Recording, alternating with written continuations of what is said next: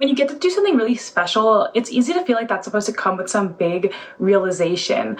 Online, when I see people traveling, I oftentimes hear them talk about how that changed them and how they turned into a whole nother person after they came back from their trip. And I've had a really big privilege of being able to travel a lot in my life. And while I have had that experience sometimes when I travel, it's definitely not every time. Online, there's this pressure that life is supposed to be filled with these big cinematic moments of growth, but the reality is growth doesn't usually look like that. The moments we expect to change us rarely do, and the ones that do change us tend to be the ones we never wanted. Hi, welcome to Touching Grass. My name is Sophia, and this podcast is all about taking a step away from the digital noise because it's way too loud sometimes, grounding ourselves, making sure we're thinking for ourselves, and exploring the human experience. In this episode, I wanted to talk a little bit about what actually creates change and how sometimes we try and seek it in specific moments when it usually comes from unexpected things and a lot of times from things that are painful.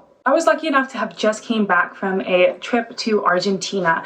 And when I went, I was hoping that I would have some moment that would change me or some new perspective I gained that I would come back and be able to tell all of you guys about. But the reality is I didn't.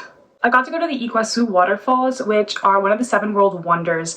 And it was breathtaking and it was incredible and it was so huge. And in a way it did change me, but not in a way that's easy to express. It wasn't some big discovery or some perspective shift. I just remember standing there in awe of its beauty and its power and its strength and the way that human life could never compare to that power. And yes, it was super special and it was so beautiful. And I felt so thankful to exist in a world that contained something like that.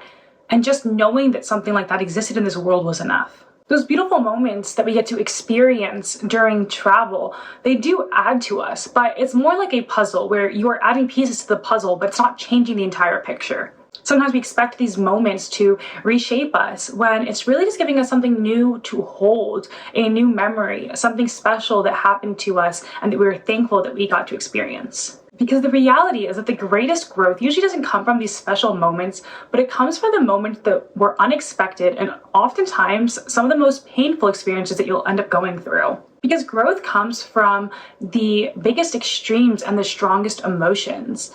They come from a relationship that you were head over heels in, or a breakup that feels like death, a betrayal that you didn't know was possible, or from a person who climbed into your hole of sorrows just to hold you. Those are the moments that actually shatter the version of yourself that once existed. When I look back at my life and I think about the times that I have grown the most and the fastest, it did come from some of the most painful experiences of my life. I've talked about before here that I lived in New Orleans for grad school, and I talk about it a lot as some of the best times of my life. But the thing is, for me, that time was one of the worst and best times, and they both coexisted. When I first moved there, I didn't have a support system, and I had betrayal from friends in ways that I didn't even know were possible, and I just really didn't expect ever. I was much more naive back then. I had a roommate who I wasn't sure why she had no friends, who really infiltrated my life and did a lot of horrible things to me. I had people who lied to me, who went behind my back. I had people I was dating who did very bad things to me. And through all of that, I became much stronger, but I also completely altered who I was. It wasn't like one day I woke up and my personality was unrecognizable. But when I looked back at who I was in the beginning of when I first got there, after the first year, and especially after the second year, I couldn't even recognize a version of myself anymore. I didn't know who I was in undergrad, and I would never really have access to that version of myself again, because all the pain and all the trials forced me to grow in ways that I didn't expect. And it's something that I think positive emotions could really never have the same dramatic change on you. Because the person I became didn't come from good things. It came from surviving things. And after that, I was able to have a lot of good and create a lot of goodness for myself. But those things didn't change me. They were more of the overcoming of these events versus the change.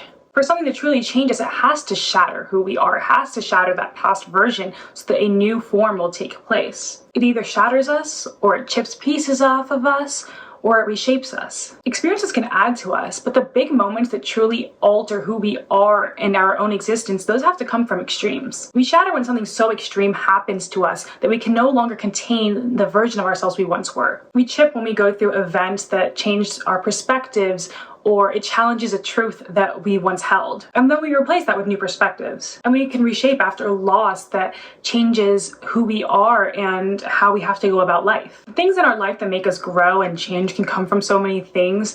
And that's why when we seek it so much through these happy moments, it's really hard because change happens over time and most of it is slow. Not all of it comes in big dramatic moments, and nor do you really want it to, because you don't want your life to always feel so extreme and difficult. This is why slow growth is so important too.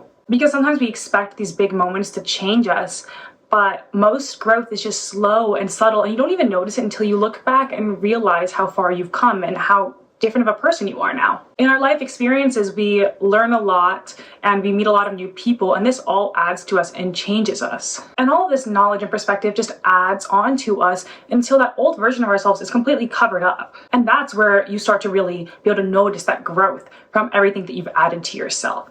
But that's why you can change without feeling like an entirely new person until you look back and see how far and how much of a change you've had. That's the type of change where you feel different, but you still resonate with your younger self. It's kind of like that nostalgia where you look back and you have all this understanding for your younger self, but you still feel like a different person, although that younger self is still within you. That's what I mean by you're just building on top of it. Because it's the big changes that make you unrecognizable. The ones where you realize you can never go back to who you were before, even if you wanted to, because you've changed far too much. You can still have a lot of respect and love for your past self, but you know you are nowhere near who that person was anymore. And that's why with travel, it can change you if you feel like it's challenging you or giving you new perspectives and you're learning something, but that usually comes from specific circumstances. I studied abroad in Venice, Italy, and I went with a professor who was from the area, and something stuck with me when she talked about the prison system that we visited. If you know about Venice, you've probably heard of the Bridge of Sighs. It's a really common site to go visit. You can see it from the outside, but if you go inside, it actually connects the palace to the prison. And the prison system back then is all rock. So you go in and it's just these stone walls. There's absolutely nothing in it. It's pretty inhumane, and they don't use it anymore, but it was once functioning. And my professor talked to us how over time this changed. People realized that the prison system needed some form of reformation because it was pretty unethical how they were holding them. So slowly over time, people really started to want this to change. It wasn't overnight, and it wasn't because of just one giant movement. The reason it was able to change was because society slowly progressed to create reform. She said how in Italy, it's not about the individual. It's about the ability to move forward as a collective. For me, that was a great perspective to hear and a cultural difference to learn about, especially being from the United States that's much more individualistic in their way of thinking. But I think that idea of slow growth and moving forward is also an example exactly of how change as an individual and as human beings happens, not just in society. It's slow and accumulative.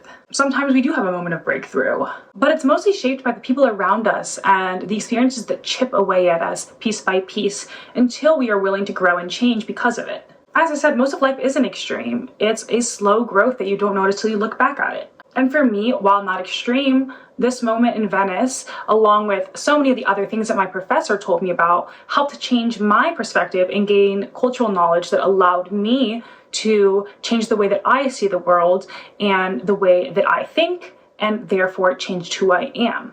This was a time that travel did change me, not into a brand new person, but it did still have a lasting impact. But not every situation in your life is going to create change. I studied abroad twice because I did the Venice study abroad in the winter, and then I also did a summer study abroad in Madrid, Spain. And it's funny because I actually thought that Madrid was going to be the one that changed me. That was my first study abroad, and I remember that I kept asking my parents, I'm like, oh, everyone says study abroad changes you. How do you think it's going to change me?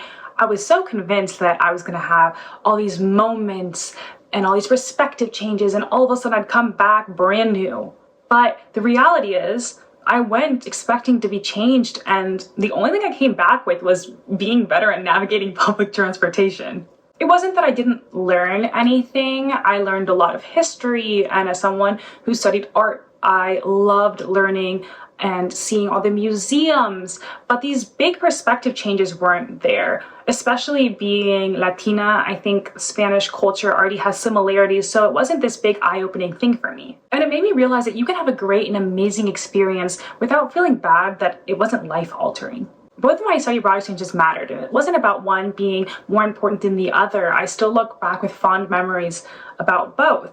But they shaped me differently, and that's life. Every experience is going to alter you in different ways. You can't control how something changes you. The one thing that you can do is control how you adapt and react to a problem so that you can change in a positive way after. And if you've ever had this where you feel like an experience was supposed to change you, this is your reminder that you're not a failure or ungrateful just because a big moment in your life didn't change you. You're not behind if you don't have a dramatic, transformative story. Most growth is slow and it's quiet. And it's supposed to be that way. The point isn't to chase transformation. It's about trusting yourself enough to know that when the good moments or the bad moments come, that you will navigate them in a way that is best for you, in a way that will be most helpful for your future self.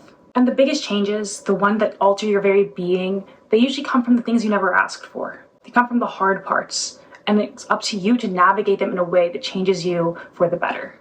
Thank you so much for listening to this episode. Once again, my name is Sophia, and this is Touching Grass, your digital escape from all the noise. If you guys liked this podcast, please subscribe on YouTube. I also have this podcast on a ton of different streaming platforms, really whatever you prefer, Spotify, Amazon, Apple. So please follow along there and like this video. I post every Tuesday, so until next time.